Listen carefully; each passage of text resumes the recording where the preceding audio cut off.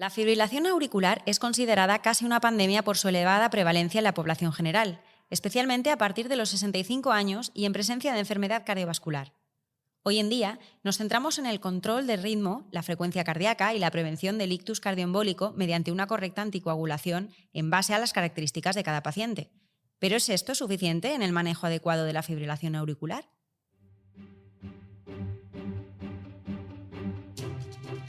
Cardio Podcast. Novedades científicas y actualidad clínica de la mano de expertos de la especialidad. Suscríbete al canal Cardio Podcast y escúchanos en Google, Apple y Spotify. Bienvenidos de nuevo a Cardio Podcast, la producción de la Sociedad Española de Cardiología coordinada por su grupo de jóvenes cardiólogos. Soy Alicia Ituarte, Miriam Reyes a cargo de la realización y la cardióloga Carmen González de la Portilla Concha del Hospital Universitario de Badajoz modera este episodio. Muy buenas, Carmen. Muy buenas, Alicia. Cardio Podcast, episodio realizado con la colaboración de Bayer.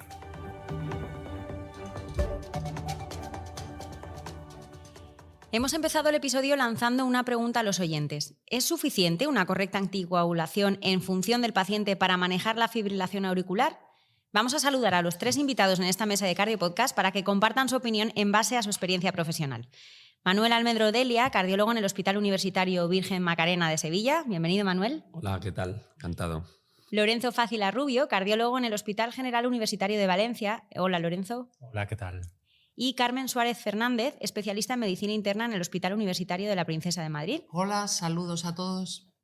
Yo me voy a atrever a responder a la pregunta que lanza Alicia y bueno, creo que no es suficiente con anticoagular al paciente correctamente y centrarnos solamente en la prevención del ictus, y además si no, no tendría sentido que estuviésemos aquí todos hoy. Y bueno, vemos que incluso en las guías europeas ya nos hablan de que el manejo de la FA va mucho más allá de la prevención del ictus, del manejo sintomático, sino que también pues, son pacientes con comorbilidad, con muchos factores de riesgo cardiovascular, como vamos a ver ahora, y que debemos intentar todos los especialistas tratar de la mejor forma posible a nuestros pacientes e intentar ofrecerle pues, lo mejor que podamos.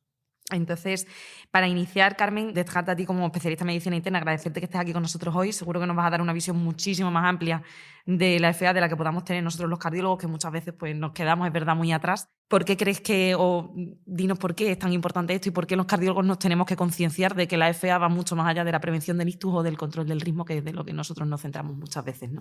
Bueno, efectivamente es así, Carmen. Yo creo que la pregunta que habéis lanzado, la contestación definitiva es no, no es suficiente. Yo creo, y no es suficiente por distintos motivos. Primero, porque la fibrilación auricular es un aspecto puntual que integra todos los problemas de un paciente, ¿no? Entonces, y por otro lado, es una patología que no hay que verla como exclusivamente un factor de riesgo para tener un ictus embólico. Yo diría que es más un marcador de enfermedad vascular, porque incide en pacientes con múltiples factores de riesgo, con distintas patologías. Por lo tanto, si no hacemos un abordaje global y tenemos en cuenta, identificamos y tratamos todos ellos, no vamos a conseguir el objetivo final, que es de alguna forma conseguir que ese paciente viva más y mejor calidad de vida. Es uno de los aspectos fundamentales y por eso vamos a ir tratando todos los aspectos que engloban a estos pacientes, ¿no? Vamos a empezar, si os parece, por la función renal. Manuel, sabemos que hay una relación bidireccional entre la fibrilación auricular, la enfermedad renal crónica. Ya llevamos mucho tiempo escuchando esto y comparten múltiples factores de riesgo y eso hace que muchas veces nos la encontremos conjuntamente, ¿no? ¿Qué tenemos que tener en cuenta en cuanto a la protección renal de pacientes que tienen FA, que veamos en la consulta, en ingresados, y de los fármacos que utilizamos aquí en estos pacientes que tenemos que tener en cuenta en cuanto al riñón? Estás en lo cierto, Carmen. La función renal o los pacientes anticoagulados con fibrilación auricular suelen desarrollar un deterioro progresivo del filtrado glomerular a medida que pasa el tiempo. En este sentido, ya el estudio Rocket con Rivaroxaban mostró pues, que los pacientes que tomaban Rivaroxaban frente a los que tomaban warfarina tenían un menor deterioro de la función renal y que además la recomposición de los eventos era mucho mejor a favor del Rivaroxaban a lo largo del tiempo. En este sentido hay un estudio en mundo real, es el estudio Chareno, que también demostró no solamente una mejoría de los eventos renales y al final de terminar en diálisis, sino que también demostró una reducción de la mortalidad a favor de rivaroxaban cuando se comparaban con pacientes emparejados por propensión, usando una técnica estadística para compensar las diferencias basales. Sí, no sé si estáis de acuerdo, pero los pacientes que han una enfermedad renal crónica, el deterioro de función renal, bueno, ligero, moderado, es habitual, pero es que también tenemos muchos pacientes con una enfermedad renal crónica ya muy evolucionada, incluso en fase de diálisis, y ahí no sé qué impresión, pero creo que los estudios se han quedado históricamente bastante cortos. Lorenzo, ¿qué nos puedes decir acerca, bueno, sobre todo de la anticoagulación quizás, pero bueno, más allá, estos pacientes en diálisis, ¿cómo los podemos abordar? Bueno, como tú has comentado, aquí tenemos muy poca evidencia, una evidencia muy débil, derivada fundamentalmente de registros de pacientes. Y realmente lo que ha comentado Manuel tiene razón. Los pacientes con enfermedad renal y fibrilación auricular van empeorando cada vez más la enfermedad renal. Y estos pacientes son de muy alto riesgo y hay que seguir anticoagulándolos. Yo creo que no tiene ningún sentido que ese paciente se le niegue la anticoagulación. Quizás es el paciente con más riesgo de ictus embólico y de otras complicaciones. En este aspecto, ¿qué disponemos? Pues bueno, lo que está claro que los AVK, como ha comentado Manuel, provocan un problema aún más a nivel renal y a la hora del manejo, que es lo único que disponíamos, sobre todo el paciente en diálisis, es un manejo bastante complejo y muchos de esos pacientes estaban mal anticoagulados con heparinas, etc. La anticoagulación con anticoagulante de acción directa, pues tenemos poca evidencia, como hemos comentado antes. Tenemos bastantes registros, hasta 15 incluso en ensayos clínicos, pero por debajo de 15 en el enfermo en diálisis, ahí tenemos poco. Sabemos curvas de farmacocinética, etcétera, y que probablemente en ese paciente que se dializa, pues tampoco pienso yo que sea un compromiso importante, porque es un paciente que está sometido a técnicas de depuración renal, añadir los anticoagulantes de acción directa. Por tanto, yo creo que en ese contexto, no sé lo que pensarán mis compañeros, el anticoagulante de acción directa podría ser una opción sin gran solidez científica, pero que podemos utilizarlo. Piensa además que los pacientes que están en diálisis reciben heparina mientras que se están dializando. Y se están dializando, se hepariniza el sistema y están recibiendo diálisis 3 veces a la semana. Con lo cual, en muchas ocasiones, el recibir una anticoagulación extra les somete a un riesgo excesivo. Y aquí Carmen seguro que no sabe más de este tema. La hemorragia digestiva en el paciente en diálisis que está anticoagulado, en muchas ocasiones lleva al ingreso prolongado, a las transfusiones. No sé, Carmen, si opinas igual. Efectivamente, claro, la anticoagulación en el paciente con enfermedad renal crónica y cuanto más avanzada es realmente un problema. Y es un problema porque es el paradigma del paciente con mayor riesgo tromboembólico y con mayor riesgo de sangrado. Entonces, el problema fundamental es que con las herramientas que tenemos hasta este momento, a partir de un deterioro de función renal determinada, realmente no está claro ni siquiera el beneficio de anticoagular. Pacientes que están, es decir, si uno revisa las guías, no hay una recomendación de peso ponderada que diga que estos pacientes hay que anticoagularlos. Entonces, en este sentido, como también comentaba Lorenzo, pues hay alguna evidencia que se está generando con los anticoagulantes de acción directa, pero creo que queda por resolver la ecuación final, que es riesgo-beneficio. Yo creo que ahí a lo mejor los cardiólogos pecamos de que nos centramos mucho en el riesgo embólico y es verdad que añadimos anticoagulante directo por esos datos que parece que son más seguros, pero es que los eventos hemorrágicos muchas veces nosotros no los vemos, ¿no? Son probablemente más, pues bueno, es otras especialidades las que ven esos eventos adversos y eso pues se nos pasa. Otro detalle también que tienen estos pacientes y que va muy concomitante también con la FA es el hecho de tener enfermedad arterial periférica, y es verdad que nosotros los cardiólogos muchas veces lo utilizamos como un factor de riesgo más o un indicador de que ese paciente pueda tener enfermedad coronaria, pero escasas veces lo abordamos o lo tratamos. Entonces, Carmen, ¿qué tenemos que tener nosotros en cuenta? Es un paciente que tiene FA y enfermedad arterial periférica, porque hay muchas veces que estos pacientes ya vienen con otro tipo de tratamiento desde vascular o desde interna y tal. ¿Deberíamos de entrar ahí y modificar eso? ¿Hay que tener algo en concreto en cuenta? La enfermedad arterial periférica es la gran olvidada. Es un paradójico, porque por otro lado es el paciente que comporta un mayor riesgo vascular. Es decir, no hay que estratificar riesgo ni buscar otras cuestiones para saber que un paciente con enfermedad arterial periférica, ya bien sea asintomática o sintomática, es un paciente de muy alto riesgo. Entonces, ¿eso qué nos lleva? Nos lleva a esmerar los objetivos de control, a llevarlo a todos, lípidos, presión arterial, por supuesto tabaco. Pero en el caso de lo que estamos hablando, el tratamiento antitrombótico es fundamental. Entonces, en ese sentido, a mí llamar la atención cómo hay dos tipos de estrategias. El paciente que ya está en fibrilación auricular y el paciente que no está en fibrilación auricular pero tiene una enfermedad aterosclerótica establecida y crónica, que es muy habitual. Y en ambas situaciones se ha visto, por ejemplo, cómo los anticoagulantes de acción directa y específicamente rivaroxaban, y estoy hablando del estudio COMPAS, de alguna forma aporta un beneficio a estos pacientes, de tal forma que incluso aunque estén en ritmo sinusal, evidentemente las dosis son distintas. Es vasculoprotección o antitrombosis, es lo que cambia. Y me gustaría introducir una variable que yo creo que los clínicos no la tenemos en cuenta. Estamos muy acostumbrados a hablar del MACE, pero ¿qué os parece los efectos, es decir, los eventos mayores de extremidades inferiores? El que te amputen una pierna tiene un impacto tremendo y, por ejemplo, el tratamiento con este fármaco ha demostrado capacidad de reducir en un 50%. Eso es una cifra escalofriante desde mi punto de vista. Carmen ha tocado la tecla, ¿no? La amputación de un miembro no solamente lleva comorbilidad, sino que lleva mortalidad durante ese ingreso. Y eso sí que muchas veces el cardiólogo o lo ve el vascular, ¿no? Y en este sentido, el estudio COMPAS con rivaroxaban a dosis vascular, a dosis de 2,5, demostró claramente una reducción de la tasa de amputaciones. Es lo que Carmen decía, el MACE, ¿no?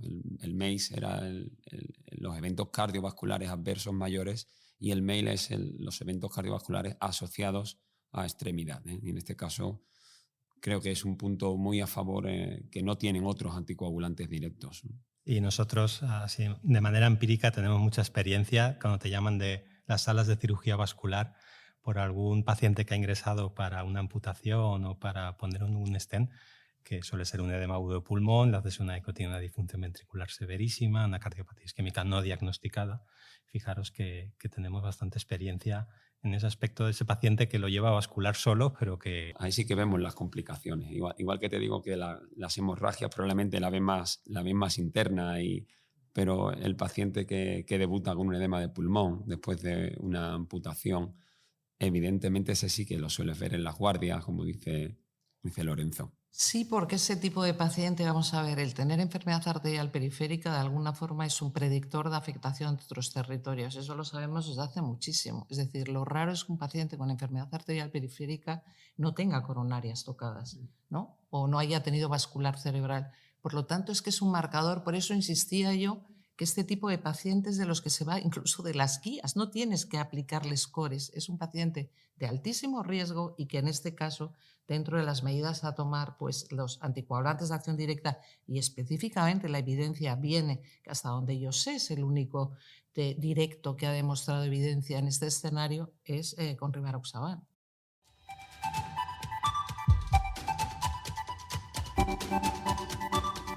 Estás escuchando Cardio Podcast. Seguimos analizando con Carmen Suárez, Lorenzo Facila y Manuel Almendro el manejo de la fibrilación auricular. Como habéis mencionado, no hay que perder de vista otros factores de riesgo que pueda acumular el paciente, como es precisamente la enfermedad arterial periférica. Otra asociación bastante habitual es la fibrilación auricular con la diabetes, Carmen. Pues sí, Alicia, además que todo esto muchas veces lo vemos muy junto y siempre el paciente va a tener alguno de estos factores, ¿no? Es muy habitual, de hecho, que el que tenga enfermedad arterial periférica, el paciente sea diabético y ya de larga data, ¿no? Entonces, estas son cosas que también tenemos que tener en cuenta. Además, los cardiólogos vemos muchísima diabetes, los internistas no hablemos, y tenemos muchos estudios que valoran diferentes opciones terapéuticas en estos pacientes, en cuanto a anticoagulación incluso, ¿no? Que hay diferente perfil de protección de forma conjunta en estos pacientes, ¿no? Lorenzo, ¿qué nos puedes contar al respecto? ¿Cuáles son los datos que tenemos a día de hoy? Bueno, pues el paciente diabético es, como ya has comentado, es un paciente de muy alto riesgo y sobre todo ya si lo vemos los cardiólogos es ya con enfermedad cardiovascular establecida, con lo cual tenemos un paciente que va a presentar eventos cardiovasculares. Ahí, en ese contexto, el anticoagulante de acción directa que más ha demostrado mejoría en cuanto al pronóstico del paciente diabético con fibrilación auricular ha sido rivaroxaban ya en el primer estudio, en el ROCKET, que todo es un poco, era un paciente más complejo y por tanto había más pacientes diabéticos, ahí ya se demostró con el subanálisis que en esos pacientes concretamente aún reduce más el riesgo de episodios tromboembólicos y sin incrementar mucho el riesgo de hemorragia. Y luego posteriormente pues hemos visto con estudios tipo EMIR, etcétera, que hay una reducción en paciente con diabetes de episodios no solo tromboembólicos, sino también tipo, como hemos comentado, MACE y, bueno, pues no, sin decir el tema del COMPAS y tal para el MALE. Es decir, que dentro del círculo del paciente de riesgo cardiovascular, el paciente diabético se englobaría dentro de este grupo de pacientes y, por tanto, aquí la anticoagulante de acción directa y concretamente rivaroxaban tiene bastante evidencia. Yo añadir que a veces, porque quizá vosotros como cardiólogos, y es completamente normal, os fijáis más en las complicaciones macrovasculares. El paciente diabético es un paciente vascular y se muere de enfermedad vascular. Entonces, bueno, la afectación macrovascular siempre ha sido objetivo de estudio, pero es que quiero añadir a lo que acaba de decir Lorenzo, que tenemos evidencia con los anticoagulantes de acción directa, en concreto estamos hablando, por ejemplo, los estudios con rivaroxaban, de protección microvascular. Es decir, en estudios de vida real hay reducción de retinopatía, reducción fundamentalmente de nefropatía diabética con microalbuminuria y demás, y por lo tanto, y afectación también periférica. Por lo tanto, la afectación vascular de pequeño vaso también está reducida la incidencia de complicaciones en estos pacientes tratándolos con anticoagulantes de acción directa, y me remito a los datos de vida real, estudios con rivaroxaban. Y aunque nos salgamos un pelín del tema anticoagulación y tal, como hablamos de que las dos enfermedades son enfermedades vasculares, al contrario, o sea, un paciente que está diabético y que todavía o que no haya desarrollado FA o no tiene FA conocida, ¿hay algo que nosotros le podamos aportar para intentar prevenirla? El control de los factores de riesgo exhaustivo, sobre todo el tema del control de la de la hipertensión arterial con YCASARA2 es lo que tenemos que promulgar en este tipo de pacientes y más recientemente con el uso de los SGLT2 en este contexto del paciente diabético, que también ha demostrado una reducción de la aparición de fibrilación auricular por todo este contexto, porque al final es que son la misma enfermedad vista de distinta manera, es decir, comparten mecanismos fisiopatológicos, tanto la diabetes como la fibrilación auricular. Yo creo que Lorenzo, te refieres al metaanálisis, ¿no? Yo creo que quieres comentar algo, porque me parece muy interesante ese metaanálisis. Bueno, se vio que en estos pacientes se reduce el riesgo de fibrilación auricular, ¿no? El paciente diabético que no tenía fibrilación auricular tratado con ISGLT2 se redujo la aparición de la fibrilación auricular. En el contexto que estamos hablando, efectivamente, los inhibidores de SGLT2 son la bomba. Valen para todo, sirven para todo y previenen todo. Yo creo que es un fármaco que vamos a tener que integrar, aunque no estamos hablando hoy de ellos. Bueno, yo creo que casi que hemos ido retrasando, aunque lo hemos mencionado ya varias veces y estamos dejando para el final, pues probablemente el plato fuerte, por lo menos lo que los cardiólogos más nos preocupa o más vemos, y son los eventos MACE, ¿no? Los eventos cardiovasculares mayores como la muerte cardiovascular, el infarto no fatal o que el paciente precise una revascularización coronaria en pacientes que ya tienen fibrilación auricular conocida. Aquí sí que podríamos destacar, bueno, a nivel nacional el registro EMIR, ¿no? Que ya también lo habéis mencionado un par de veces o ya incluso en podcasts anteriores. Y si, Manuel, si no te importa hacernos un poco un repaso de este registro, ¿qué datos nos has aportado? Yo creo que el registro EMIR viene a completar un poco el ciclo de trabajos que rivaroxaban ha ido recopilando a lo largo tanto desde el Rocket como el Santus, Chareno, una serie de trabajos ya a nivel de mundo real que viene a confirmar, en este caso en el territorio nacional, más de 1.400 pacientes seguidos a lo largo del seguimiento, 2,5 años de seguimiento, una tasa muy reducida de eventos tromboembólicos y también de eventos cardiovasculares mayores. Sin embargo, de forma un poco sorprendente, la tasa de eventos cardiovasculares mayores, infarto, revascularización, mortalidad, fue mayor que la tasa de eventos tromboembólicos y que la de eventos de sangrado. Esto viene un poco a poner en énfasis la importancia que tiene la presencia de fibrilación auricular como un marcador, como ha dicho Carmen. Realmente la palabra marcador creo que es la que caracteriza o la que puede definir mejor la fibrilación auricular dentro del contexto del paciente vascular, ¿no? Y en este sentido, los datos de MIR apuntan a esa dirección, ¿no? A que realmente la prevención que podemos hacer en el paciente con fibrilación auricular debe ir también encaminada al manejo holístico, que hemos hablado de la patología de la fibrilación auricular como enfermedad o como marcador vascular o de vasculopatía. Hay datos a nivel internacional que un poco respalden estos datos que nos comenta Manuel, que hemos tenido aquí en España acerca de estos eventos. Igual te refieres hay un reciente trabajo que compara los resultados del estudio EMIR con otros trabajos como por ejemplo el ROCKET o el SANTUS, en el cual lo que se pone de manifiesto es que en el estudio EMIR la edad media de los pacientes, el chatbox, era mucho mayor, tanto el que se vio en el estudio ROCKET o la de otros estudios a nivel de mundo real, pero que a pesar de todo ello, de tener pacientes con una mayor edad o con un riesgo basal más alto, la aparición o la incidencia de eventos cardiovasculares y tromboembólicos fue relativamente baja, lo que viene un poco a mostrar tanto la seguridad como la efectividad de rivaroxaban en pacientes de mundo real, de los que realmente vemos que se diferencian de los pacientes del ROCKET. Solemos ver pacientes mayores con un chatbot más elevado y con un HAD-BLED más alto.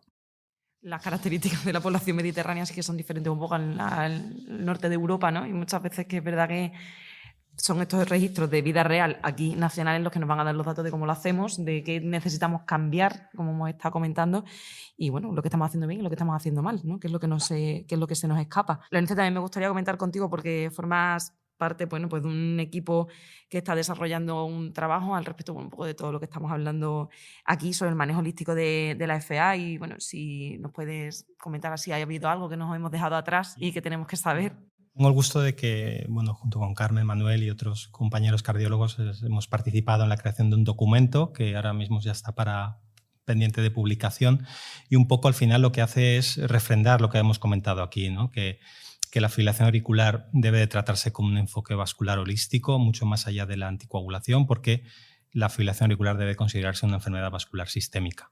Es decir, pacientes que hoy en día, la mayoría de los pacientes, yo no digo el joven que tiene un episodio de fibrilación auricular, el de deporte y tal, sino el paciente que vemos habitualmente, que es el paciente más mayor con fibrilación auricular, etc. Y que cada vez vamos a ver más, por lo que tú has dicho que la población se va a envejecer y tenemos que estar preparados para todo esto, es un paciente con una enfermedad vascular sistémica y que tenemos que abordarlo de manera holística. Yo creo que ese es el mensaje. Ha cambiado el momento, es un cambio de paradigma. La fibrilación auricular no es una patología que su riesgo va en el trastorno hemodinámico que condiciona la frecuencia cardíaca o en el riesgo tromboembólico, sino que es una enfermedad vascular. Recalcar que el paciente con fibrilación auricular no se muere de ictus embólico, que la causa fundamental por la que muere el paciente con fibrilación auricular es una causa vascular. Muere de insuficiencia cardíaca, muere de cardiopatía isquémica. Por lo tanto, es decir, si el objetivo que tenemos es que viva mucho y bien, tenemos que ir más allá de evitar la aparición de un ictus. Y a nivel cerebrovascular, más allá de anticoagulación, porque también llevamos escuchando desde hace ya muchísimo tiempo que la FA predispone a demencia, a eventos cerebrovasculares, que más podemos aportarle algo más al paciente, más allá de tenerlo bien anticoagulado, que ya es decir.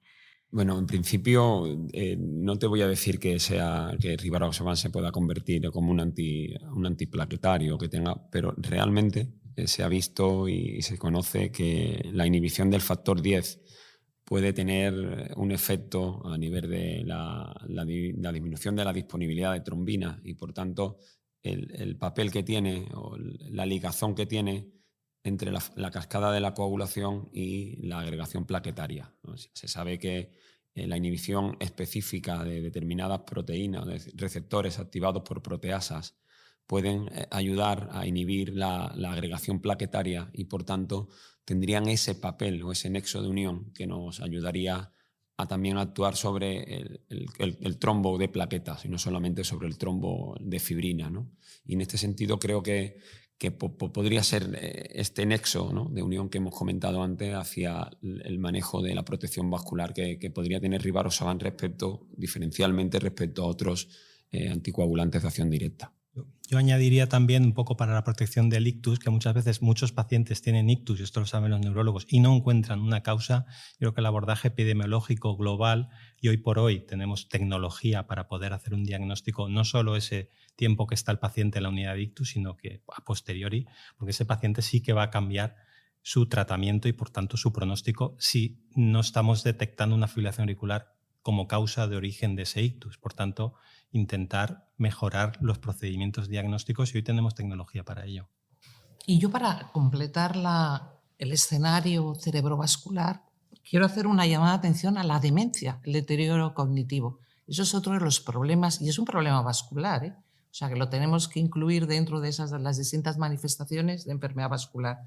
Entonces, realmente la demencia va a ser la epidemia de los próximos años, y en ese sentido yo creo que recordar cómo contamos con evidencias que muestran cómo tratar la fibrilación auricular, cómo anticoagularla, independientemente del anticoagulante, consigue mejorar la incidencia y la progresión de fibrilación de la demencia. Y esto sabiendo que la fibrilación auricular se asocia, es un factor de riesgo para demencia. Pero es que además los anticoagulantes de acción directa aportan un beneficio adicional a estos pacientes. Por lo tanto, en esta protección vascular global, que no nos olvidemos de la demencia. Un poco por terminar o por cerrar, hay que hacer, yo creo, siempre un poco de autocrítica para saber dónde podemos mejorar. Y bueno, aquí quizá va a ser Carmen la que nos dé un poco más la clave, porque lo ve desde fuera, que se nos escapa a los cardiólogos, ¿no? Pues muchas veces pues, anticoagulamos, decidimos si pues, ablación, antiarrítmico, manejo de control del ritmo, pero muchas veces creo que nos dejamos muchas cosas atrás. Creo que cada vez lo hacéis mejor, lo estáis haciendo muy bien, de verdad. Creo que lo hacéis sí, porque me parece que se ha producido un cambio en los últimos años. Estamos hablando de fibrilación auricular, pero puedo extenderlo a insuficiencia cardíaca, a cualquier patología vascular. Y es dos aspectos fundamentales que hay que introducir en la toma de decisiones. Uno es las comorbilidades, porque estos pacientes tienen muchas, por lo tanto hay que identificar todas y tratar todos. Y dos es introducir la funcionalidad. La toma de decisiones depende, hay que individualizarla. Pero yo creo que vosotros y nosotros y todos estamos avanzando mucho en ese sentido. Sí que intentamos que el paciente vaya a otros especialistas, dirigirlo y que eso se trate y se aborde, ¿no? Aunque... La fragilidad a la que nos ayudan geriatras, internistas, es fundamental en pacientes que vemos. Yo recuerdo cuando empecé la residencia hace ya 25 años, que no veía pacientes de más de 70 años en cardiología. Era algo que no era inviable. Hoy en día es raro el paciente que no tiene más de 75 años y termina en una sala de cardiología o en mi unidad coronaria, ¿no? Por ejemplo. Es fundamental que los nuevos cardiólogos entendamos que el paciente con fibrilación auricular es un paciente añoso, con insuficiencia renal, con comorbilidad asociada, y en los cuales la valoración de la demencia, de todos los aspectos de la fragilidad, pues tienen un papel importantísimo para que podamos ofrecerle el mayor beneficio clínico neto en nuestra atención. La FA de 30 años deportista que no tiene nada más, eso ya ahora mismo es anecdótico, ¿no? Y ahora mismo lo que vemos es esto, lo que estamos comentando, y cuantas más comorbilidades, pues más probabilidad de que acaben por allí. Yo creo que poco más que añadir lo que ha dicho Carmen y Manuel, pero bueno, un poco intentar transmitir este mensaje de que el paciente con fibrilación auricular no es un electro en el cual vamos a intentar a ver si lo pasamos a ritmo sinusal o si le hacemos la ablación y tal, y nos olvidamos del resto de cosas. Probablemente lo más importante es el resto de cosas más que el electro en la mayoría de nuestros pacientes, y yo creo que transmitir esta información a nuestros compañeros, a los jóvenes cardiólogos, es lo más importante. Carmen, Lorenzo y Manuel, muchísimas gracias por estar aquí en Cardio Podcast, dibujando este escenario presente en el manejo de la FA, las posibles implicaciones a futuro y también las oportunidades que pueden surgir precisamente de ese trabajo interdisciplinar. Muchísimas gracias a los tres. Cardio Podcast, episodio realizado con la colaboración de Bayer.